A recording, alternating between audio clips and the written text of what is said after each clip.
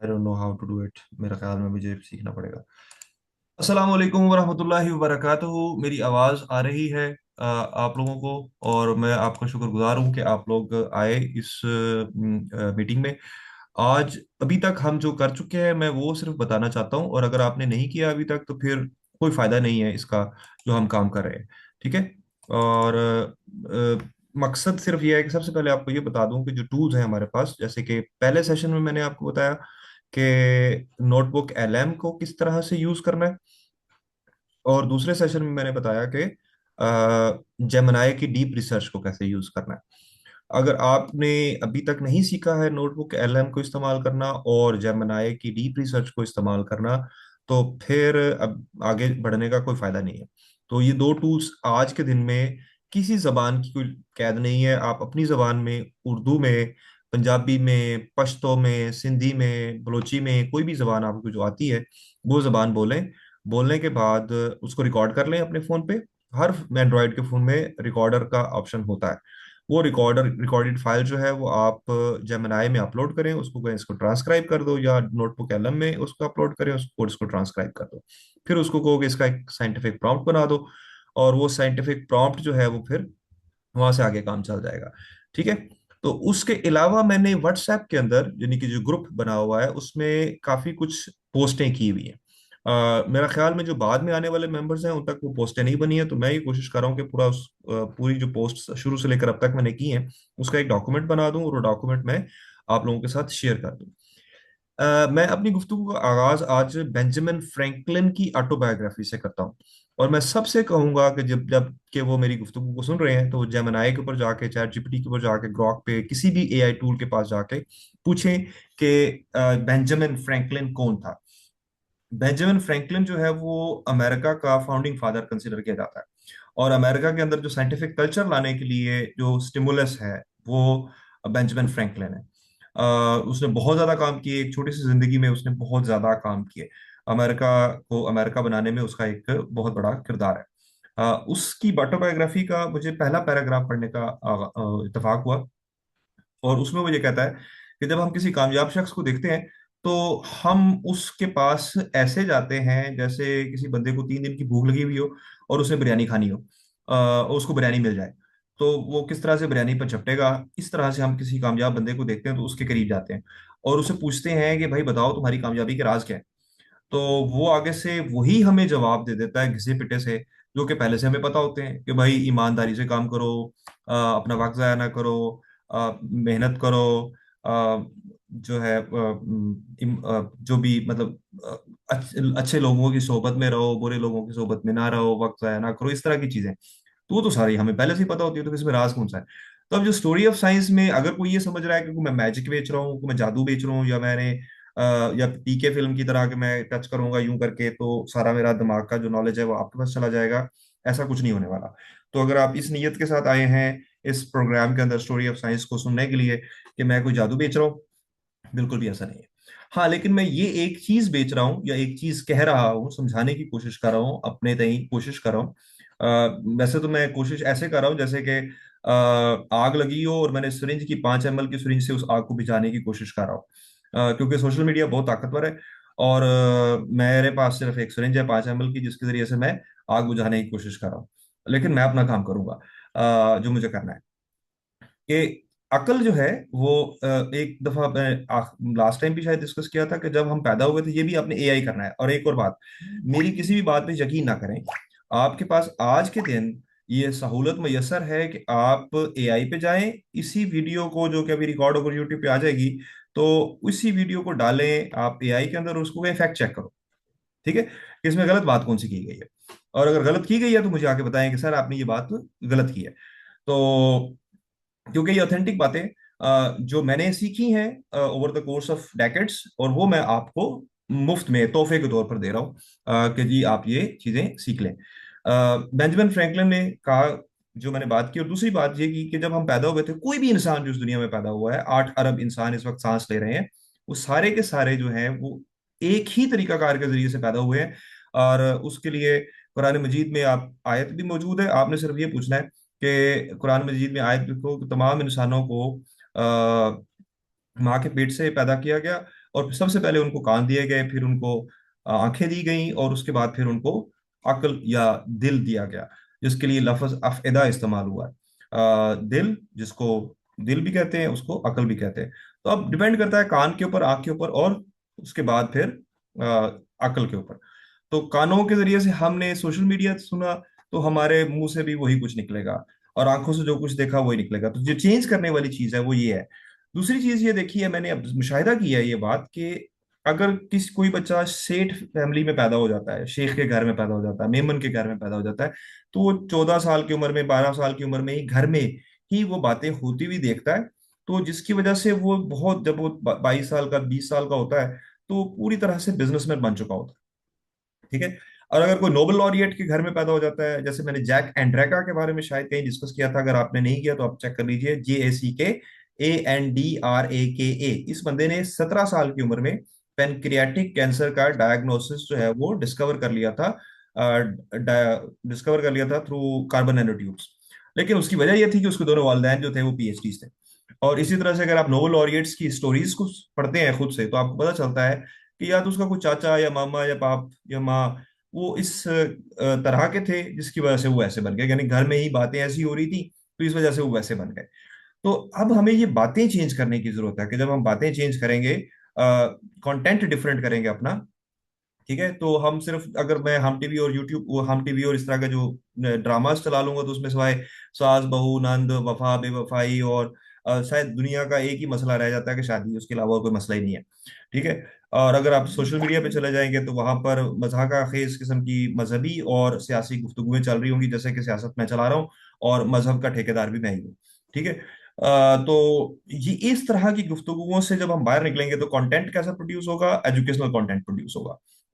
या how to content produce होगा, कि हाउ टू, अगर आप देखेंगे इंडिया के अंदर या फिर डेवलप्ड वर्ल्ड के अंदर, तो वहां पर ज्यादातर जो वीडियोस बनती हैं वो बनती हैं how to fix this, how to, जैसे मतलब प्लम्बिंग मैंने की तो वो कैसे। ठीक है। तो मतलब अगर घर में मसलन खवातीन है ज्यादा, तो वॉशरूम यूज करती है, तो वो बाल फंस जाते हैं ना। तो अब वहां पर सबसे बड़ा प्रॉब्लम ये है कि प्लम्बर बहुत महंगा आता है।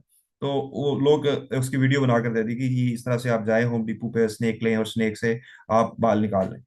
तो यानी कि क्वेश्चन मेरा, ये सारी गुफ्तगू करने का मकसद ये है कि जिस तरह का कंटेंट हम कंज्यूम करेंगे, उसी तरह के हम हो जाएंगे। अब ये जो कंसिस्टेंसी की जो बात आई, जो शुरू में सवाल किया गया, उसका जवाब ये है कि आप कंसिस्टेंट तब हो सकेंगे कि जब आप ऐसी सोबत में रहेंगे जिस सोबत में लोग ऑलरेडी काम कर रहे हैं, तो हम देखा देखी फिर काम करना शुरू कर देते हैं। ठीक है। तो इस ये अपनी जो सोबत है, अपनी जो फ्रेंड्स हैं, जो जो क्लोज लोग हैं, जिनके साथ आप उठते बैठते हैं या अपना वक्त गुजारते हैं, वो आपका कमरा भी हो सकता है, चार दीवारें, वो आपका मोबाइल फोन भी हो सकता है, वो गली मोहल्ला भी हो सकता है, यूनिवर्सिटी भी हो सकती है, कुछ भी हो सकता है। ठीक है। वो मासियां भी हो सकती हैं। जिस तरह के भी लोगों के साथ आप रहेंगे, आपका दिमाग बिल्कुल वैसा ही होना शुरू हो जाएगा। ठीक है। ये पैसिवली होता है, एक्टिवली नहीं होता, सब कॉन्शियसली हो रहा होता है। अब लेकिन मैं आता हूं मुद्दे की तरफ।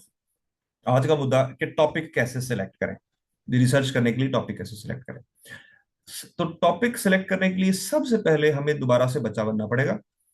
दोबारा से बच्चा बनने का मतलब यह है कि हमें जिस चीज में क्यूरोसिटी फील हो रही है, उस चीज को गूगल स्कॉलर पे ले जाएं। ठीक है। अब अगर कोई मेरी हेल्प करे और कोई बहुत ही उटपटांग किस्म की क्यूरोसिटी पैदा करे, तो मैं उसको हेल्प कर उसके साथ काम करके दिखाता हूँ, कि कोई चीज जो जिसके बारे में वो क्यूरियस है, सिर्फ नाम ले कि मैं इस बारे में क्यूरियस हूँ, जो मर्जी डिसिप्लिन हो। इसका ताल्लुक फिलोसफी से हो, साइकोलॉजी से हो, फार्मेसी से हो, मेडिकल लैब टेक्नोलॉजी से हो, माइक्रोबायोलॉजी से हो, किसी भी टॉपिक से हो, कोई भी टॉपिक जो है वो मुझे बताइए। मैं उस पे आप क्यूरियस हैं उस टॉपिक पे, तो फिर मैं आगे से थोड़ी सी बात को बढ़ा सकूंगा, अगर आप मेरी मदद करेंगे कोई भी टॉपिक का नाम लेने पर। अगर आप नहीं करेंगे तो मैं फिर खुद अपनी तरफ से बोलूंगा, तो जब मैं बोलूंगा तो फिर मैं बायस्ड हूंगा ना, मैं तो फिर अपने टॉपिक्स बोलूंगा। अ, जी, कोई भी टॉपिक आप बताएं नाम। वैसे कमेंट्स में जेनेसिस सजेशन इन आई है। जी। न्यूरो कमेंट्स में साइकोलॉजी। सजेशन आई है। क्या? Many student start their research, but ये हो गया। Angiogenesis in cancer tumour, diabetic neuropathy, neuropharmacology, epilepsy, organ organ colonism, anti microbial stewardship, right, very good. अब वेरी गुड, म्यूटेशन, जबरदस्त, ब्यूटीफुल। अब ये टॉपिक्स आ गए, ठीक है। अब ये टॉपिक्स को अगले सेशन में, आज तो नहीं मुमकिन हो सकेगा, नेक्स्ट सेशन में मैं आपको स्कॉलर लैब्स, ये वाली जो चीज है, ये जो स्कॉलर लैब्स है, ये दिखा सकूंगा कि स्कॉलर लैब कैसे काम करती है। लेकिन अभी फिलहाल जो वोटिंग नहीं करवा सकता, लेकिन मैं न्यूरो साइकोलॉजी की बात कर देता हूँ, न्यूरो साइकोलॉजी, ठीक है। मैं सिर्फ अभी न्यूरो साइकोलॉजी लिखा और कुछ नहीं लिखा, एंटर किया। तो अब आप देखोगे इसने 0.09 सेकंड्स के अंदर कितने टॉपिक्स दे दिए? 1 मिलियन, यानी कि 10 लाख पेपर ऑलरेडी छप चुके हैं, ठीक है। तो 10 लाख पेपर ऑलरेडी छप चुके हैं भाई, तो मैं न्यूरो साइकोलॉजी में क्या करूंगा? न्यूरो साइकोलॉजी में काम नहीं कर सकता मैं, ठीक है, क्योंकि अब इतना ज्यादा ये वाइड सब्जेक्ट है। अगर इसी तरह से मैं कैंसर लिखता हूं तो ये भी किसी काम का नहीं है। तकरीबन 7 मिलियन के करीब, 7 मिलियन के करीब पेपर जो है वो इसके ऊपर आ चुके हुए हैं। तो ये भी बहुत बड़ा टॉपिक है, ठीक है। ये टॉपिक टॉपिक नहीं होता, ओके। और भी अगर किसी ने कुछ लिखा है चैट में, मुझे समझ आया तो, मतलब ये जो टॉपिक्स होते हैं इनको टॉपिक्स नहीं कहते, इनको फील्ड्स कहते हैं। ये फील्ड होती है, ठीक है। आज के दिन में न्यूरोसाइकोलॉजी पूरी फील्ड है जिसके ऊपर किताबें लिखी हुई हैं 10-10 हजार सफ़ों की। कैंसर के ऊपर पूरी किताबें लिखी हुई हैं 10-10 हजार सफ़ों की। हाँ, उसमें अब यहाँ पर तो मसला ये है कि हमारी जो फंडामेंटल्स हैं, बेसिक्स जो है, पहले थोड़ी सा क्लियर होना जरूरी है। जब हमारी बेसिक्स क्लियर होगी तो फिर हम इन टॉपिक्स पे काम कर सकेंगे। न्यूरो साइकोलॉजी के लिए पहले मुझे ब्रेन की एनाटॉमी का समझ होना जरूरी है। अगर मुझे ब्रेन की एनाटॉमी का बिल्कुल भी नहीं पता तो मैं न्यूरो साइकोलॉजी में जाना चाह रहा हूँ तो फिर मुश्किल हो जाएगा, ठीक है। और इसी तरह से अगर कैंसर के अंदर मुझे सेल साइकिल का ही नहीं पता हो तो मैं कैंसर के ऊपर काम करना चाहता हूँ तो फिर ये कुछ नहीं हो सकता, ठीक है। और अगर एक और बच्चे ने, मैं वैसे देख लेता हूँ कौन सा, anti anti microbial stewardship, right, I just copy paste this, okay, and put this here like this. So तकरीबन 1,87,000 पेपर इसमें छपे हुए हैं, anti microbial stewardship. Again this is a big topic. फिर इसके अलावा और भी चीज जहां पर जो देखने वाली है वो ये है कि आप सिर्फ ये चेक करें कि सिंस 2026 कितने छपे हुए हैं। तो वो 4,140, वेरी गुड।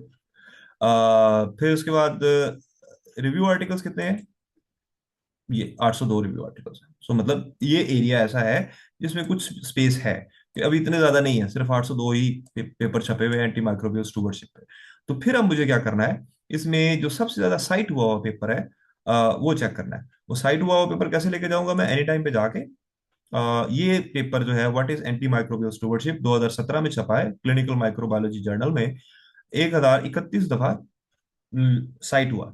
तो मैं सबसे पहले, ये मेरी अब किताब बन जाएगी, ये मेरी टेक्स्ट बुक बन जाएगी। अब इस किताब को मैं खोलूंगा, इस किताब को खोलने के बाद यहां से, अब आपको अगला, आपको खुद पता होना चाहिए कि मैं आगे क्या करूंगा। आपको पता होना चाहिए अगर आपने 2 सेशन मेरे से लिए हैं तो।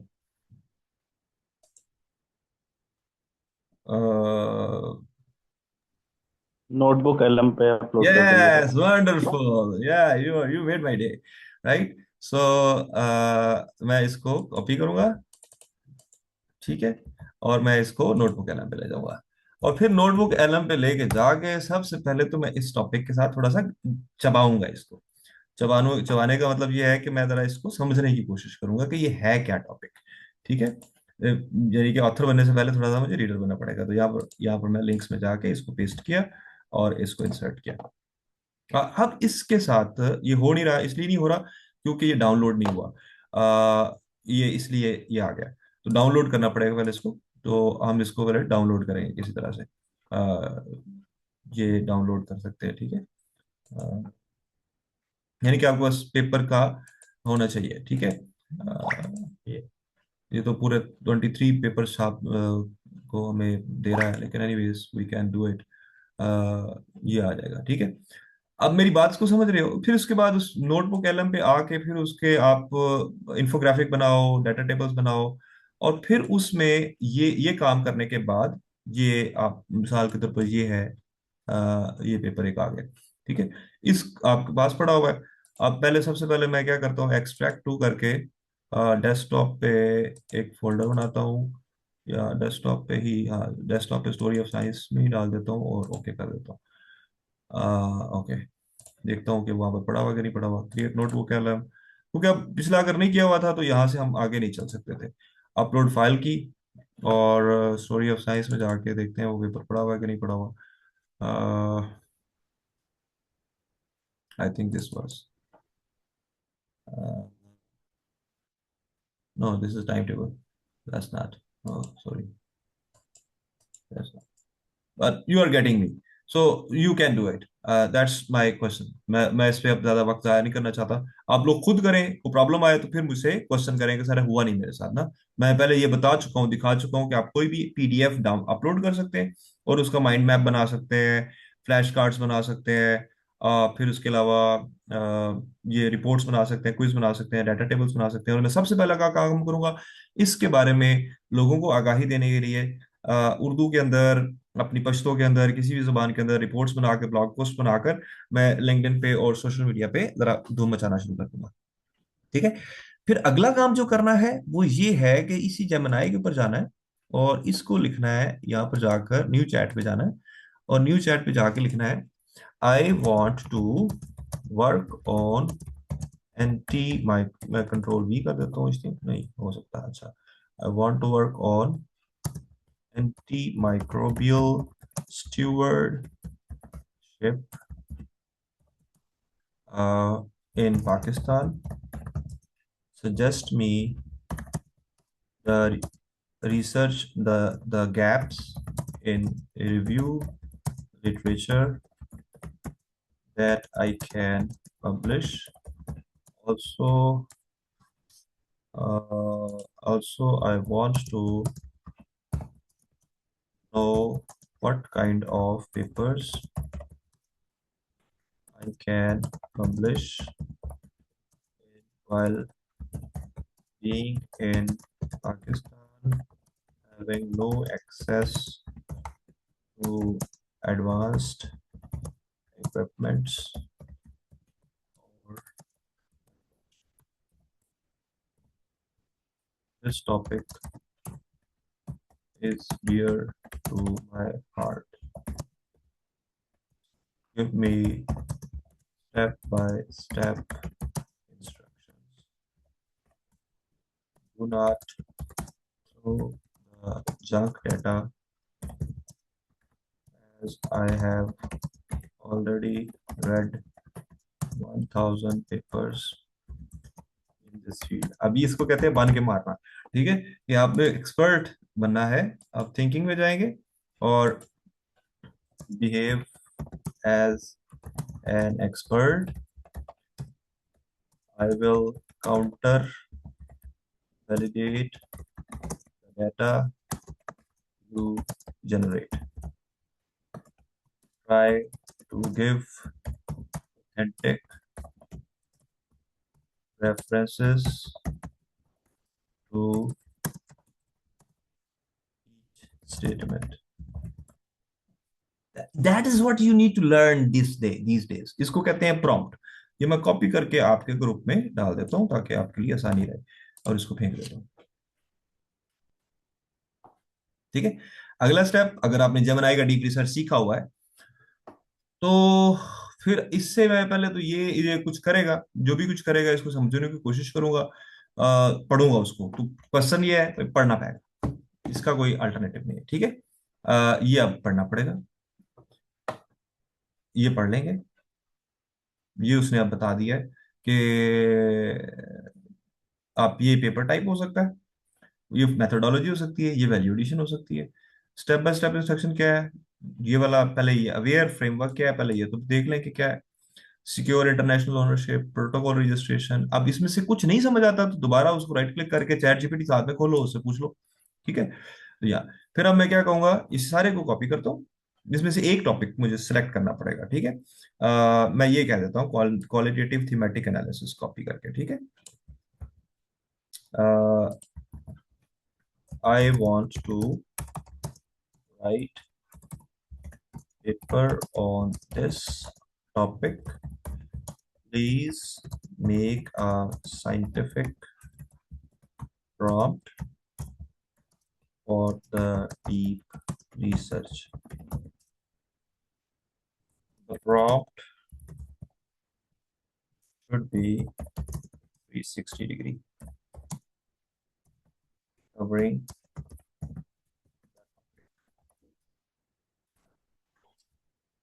अब ये प्रॉम्प्ट बना देगा, ठीक है। ओके,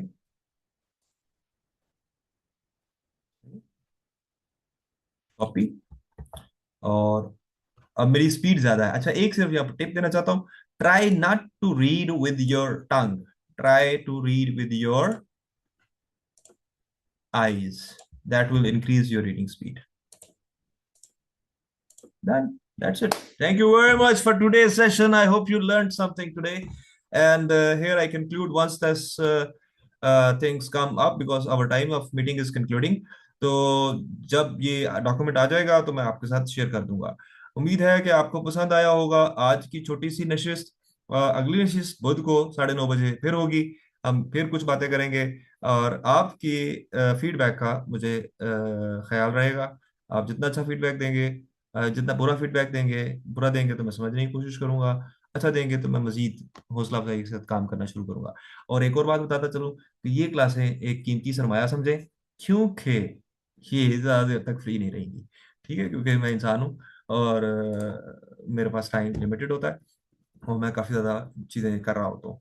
लेकिन मैं चाहता हूँ कि जो कुछ इस कौम ने मुझे दिया है मैं इस कौम को कुछ दे सकूँ। लेकिन साथ में मुझे अपनी कुछ दूसरे मामलात को भी तो समझना है ना और समझाना है। तो कुछ भी फ्री नहीं है, नेटफ्लिक्स की सब्सक्रिप्शन फ्री नहीं है, यूट्यूब भी फ्री नहीं है, तो फिर ये वाले जो बातें हैं ये फ्री कैसे हो सकती हैं। लेकिन कोशिश करें कि इससे ज़्यादा से ज़्यादा सीखने की कोशिश करें। और क्योंकि बैकएंड पे मैं काम कर रहा हूँ और कोशिश करूंगा कि उसके ऊपर ये लगा हुआ रहेगा। अब जब ये तकरीबन इसको 15-20 मिनट लगेंगे और ये निकाल कर दे देगा पेपर पूरा। फिर उसके बाद आपको एंड नोट आना चाहिए। एंड नोट आ जाता है तो इसको पढ़ना आना चाहिए। पढ़ना आ गया तो फिर जिंदगी आसान हो जाएगी, ठीक है। अपना ख्याल रखिएगा, दुआओं में याद रखिएगा। यहाँ पर मैं सबको टाटा बाय बाय करता हूँ। और जब ये चीजें हो जाएंगी, वापस आ जाएंगी, तो मैं इसको आपको भेज दूंगा। थैंक यू सो मच, जजाकल्ला फॉर ज्वाइनिंग मी।